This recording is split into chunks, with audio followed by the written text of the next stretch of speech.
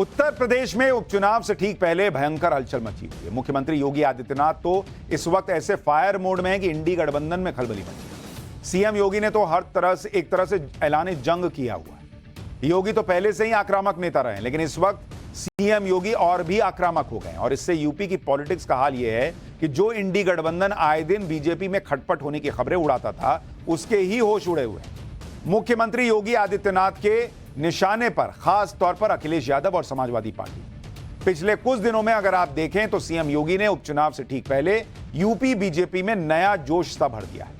हिंदुत्व के मुद्दे पर जहां सीएम बटेंगे तो कटेंगे जैसी हार्ड लाइन ले रहे हैं, तो दूसरी तरफ यूपी की जनता को समाजवादी पार्टी के काले कारनामों की याद दिला रहे हैं।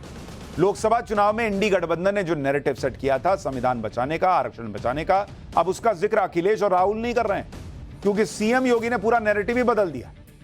आप देखिए सीएम योगी किस तरह से समाजवादी पार्टी पर लगातार निशाना साध रहे हैं। मुख्यमंत्री योगी आदित्यनाथ 4 मुद्दों के चक्कर में अखिलेश यादव को फंसाए हुए हैं। पहला है महिला सुरक्षा का मुद्दा, उस पर समाजवादी पार्टी को घेरा हुआ है।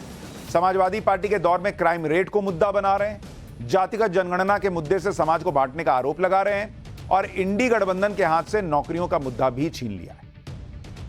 यानी योगी आदित्यनाथ बदली हुई स्ट्रैटेजी के साथ उपचुनाव में उतरे और इसका असर यूपी बीजेपी कार्यकर्ताओं के साथ मतदाताओं पर भी हो रहा है। सीएम योगी की बदली रणनीति का अहम हिस्सा है डायरेक्ट अखिलेश यादव पर हमला करना, और यह काम सीएम योगी बिना किसी लाग लपेट के कर रहे हैं। आज कानपुर में सीएम योगी ने समाजवादी पार्टी की राजनीति को लेकर बहुत बड़ी बात कही। सुनिए सीएम योगी को, फिर आगे की बात बताता हूं। अगर इनके इतिहास के पन्नों को लड़ते हुए आप जाएंगे तो बहनों और भाइयों, काले कारनामों से इनका पूरा इतिहास भरा पड़ा है।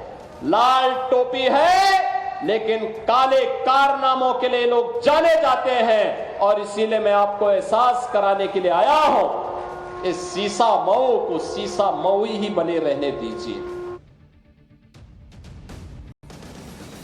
सीएम योगी लाल टोपी और काले कारनामे पर ही नहीं रुके।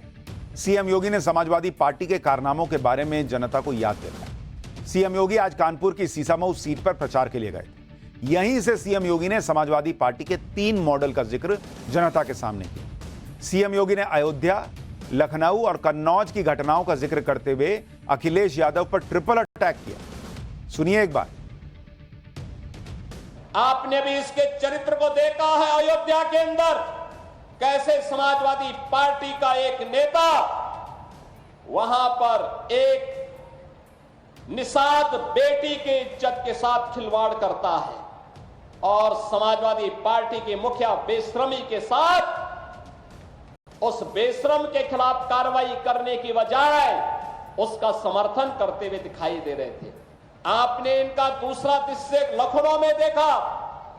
एक बेटी अपने पिता के साथ मोटरसाइकिल से चल रही है, अचानक बरसात होती है, पानी भरता है और इनके गुंडे सड़क पर किस तरीके से इस बेटी को गिराने का कार्य करते हैं। और तभी मैंने कहा था, जब इनके एक नेता ने सदन में कहा कि सद्भावना ट्रेन चलानी चाहिए, हमने कहा सद्भावना ट्रेन इनके लिए नहीं, इनके लिए बुलेट ट्रेन चलेगी, बुलेट ट्रेन।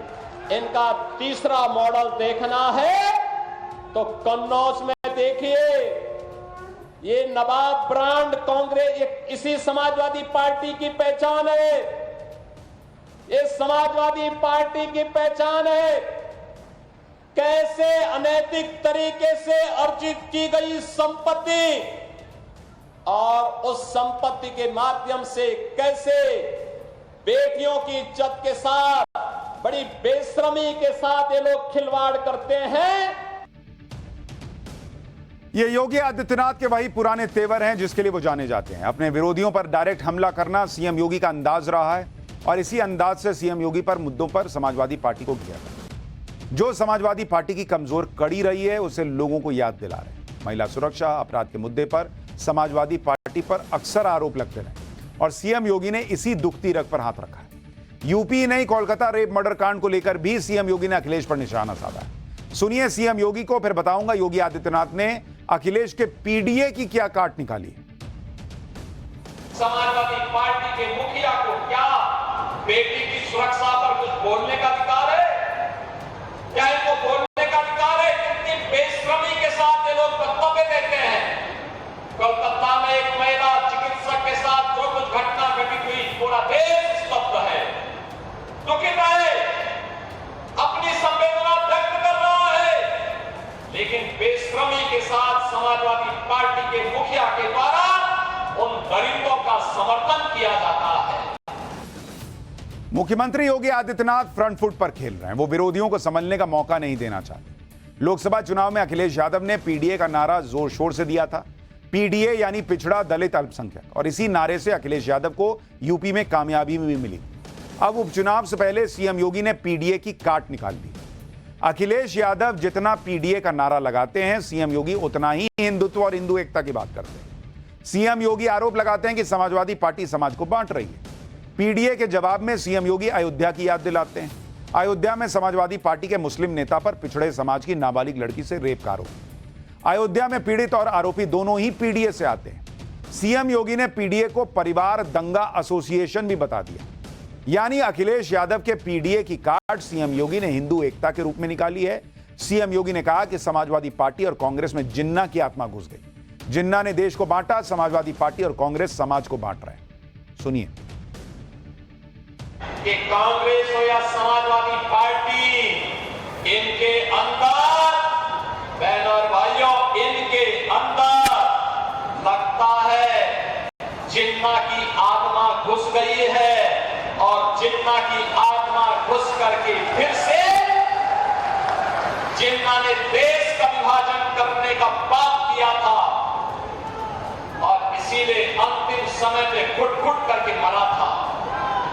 ये लोग वही बात आज ये लोग कर रहे हैं। समाज को बांट रहे हैं, जाति विस्मरण कर रहे हैं, सामाजिक ताने बाने को छिन्न भिन्न कर रहे हैं, कट्टरवादी ताकतों को, उनके दुस्साहस को बढ़ाने का काम कर रहे हैं। एक तरफ तो योगी अपने बयानों से इंडी गठबंधन में आग लगाए हुए हैं, दूसरी तरफ वो पूरी प्लानिंग के साथ उपचुनाव की तैयारी कर रहे हैं, और इसी बीच जनता के काम भी खटाखट हो रहे हैं। सीएम योगी ने उपचुनाव की 10 सीटों को अपने साथ 5 नेताओं में बांट दिया, जिसमें दोनों डिप्टी सीएम, प्रदेश अध्यक्ष, संगठन महामंत्री शामिल हैं। सीएम योगी ने अयोध्या की मिल्कीपुर और अंबेडकर नगर की कटेहरी सीट की जिम्मेदारी संभाली है। इन दोनों सीटों के साथ सीएम योगी हर सीट पर जा रहे हैं। सीएम योगी लगातार उपचुनाव वाली सीटों का दौरा कर रहे हैं और जनता को सौगातें दे रहे हैं। युवाओं को नौकरी बांट रहे हैं, नए नए प्रोजेक्ट शुरू कर रहे हैं। 17 अगस्त से लेकर आज तक सीएम योगी ने क्या क्या किया है, आप खुद देखिए। 17 अगस्त को कटेहरी अंबेडकर नगर में 6,500 से ज्यादा नियुक्ति पत्र बांटे गए। 13,866 छात्रों को टैबलेट बांटा और 211 करोड़ का लोन वितरण किया। फिर 18 अगस्त को मिल्कीपुर और अयोध्या में 5,574 युवाओं को नियुक्ति पत्र दिए, 3,415 छात्रों को टैबलेट बांटा। 22 अगस्त को मीरापुर गए और मुजफ्फरनगर, वहां 5,000 नियुक्ति पत्र बांटे, 30 करोड़ का ऋण वितरण किया और 158 करोड़ की योजनाओं का लोकार्पण कर दिया। 28 अगस्त को खैर और अलीगढ़, यहां 1,500 से ज्यादा टैबलेट बांटे गए और 5,000 से ज्यादा नियुक्ति पत्र। 35 करोड़ से ज्यादा का ऋण वितरण हुआ और 705 करोड़ की परियोजनाओं का लोकार्पण और शिलान्यास हुआ। 29 अगस्त को सीसामऊ और कानपुर 8,000 युवाओं में टैबलेट बंटे हैं और रोजगार और लोन मेला लगा। 1,000 युवाओं को नियुक्ति पत्र बांटे गए हैं और 745 करोड़ के प्रोजेक्ट का लोकार्पण और शिलान्यास हो गया। यानी लगातार रोजगार भी बांट रहे हैं, टैबलेट भी बांट रहे हैं, युवाओं से भी संपर्क कर रहे हैं और कानून व्यवस्था की भी बात कर रहे हैं। कानपुर में आज सीएम योगी ने एक और बड़ा ऐलान किया। सीएम योगी ने कहा कि उनकी सरकार अगले 2 साल में 2 लाख सरकारी नौकरी देने जा रही है। पुलिस में 20% बेटियों को नौकरी मिलेगी, जो समाजवादी पार्टी से जुड़े शोधों का उपचार करेंगी। सुनिए एक बार।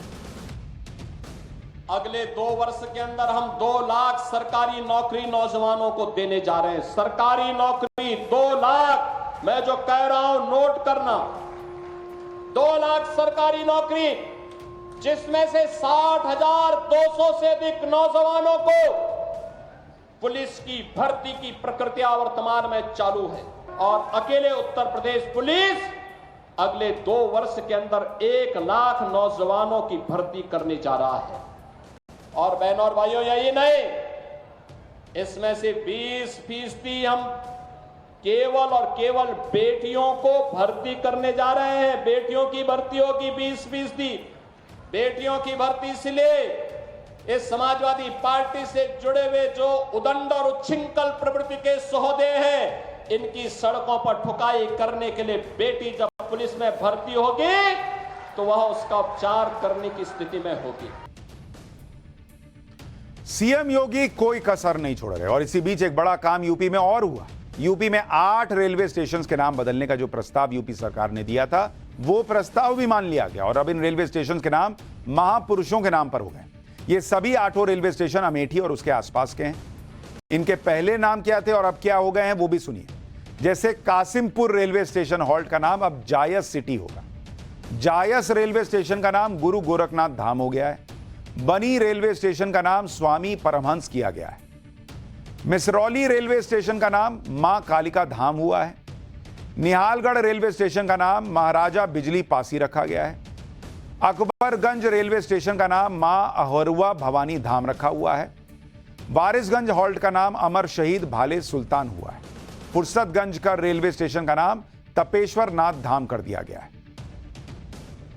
इन सारे स्टेशंस के नाम बदलने की मांग पुरानी है। केंद्र सरकार ने नाम बदलने का प्रस्ताव स्वीकार भी कर लिया है। अमेठी की पूर्व सांसद और बीजेपी नेता स्मृति ईरानी ने इसके लिए सरकार को धन्यवाद भी किया।